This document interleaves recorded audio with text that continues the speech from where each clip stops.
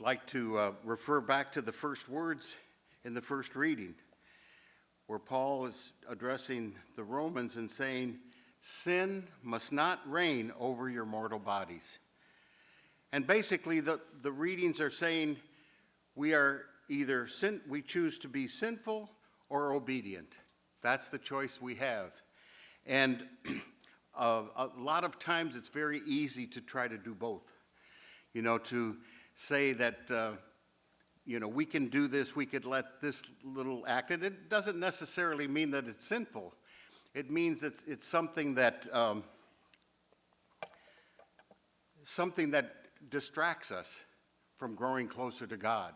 That's the important thing, is that we make it our duty, constant duty, to always seek God's will in our life and to follow that will.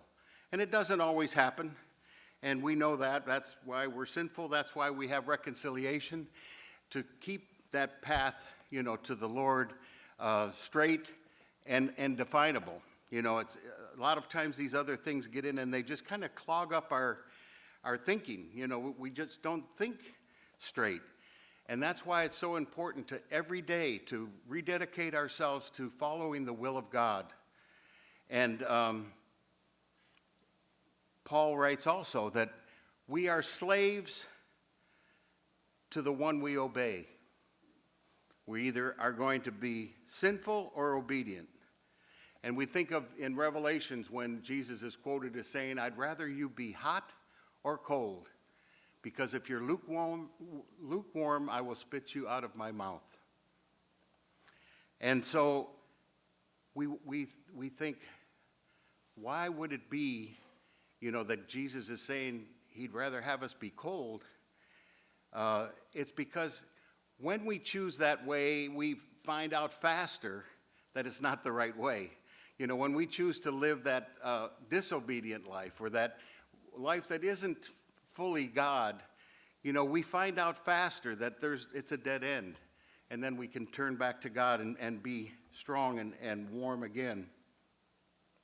And this idea of knowing the time or the date,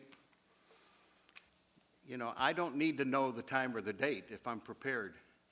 And if I'm always prepared, why worry about the time or the date? I'm ready, I'm ready.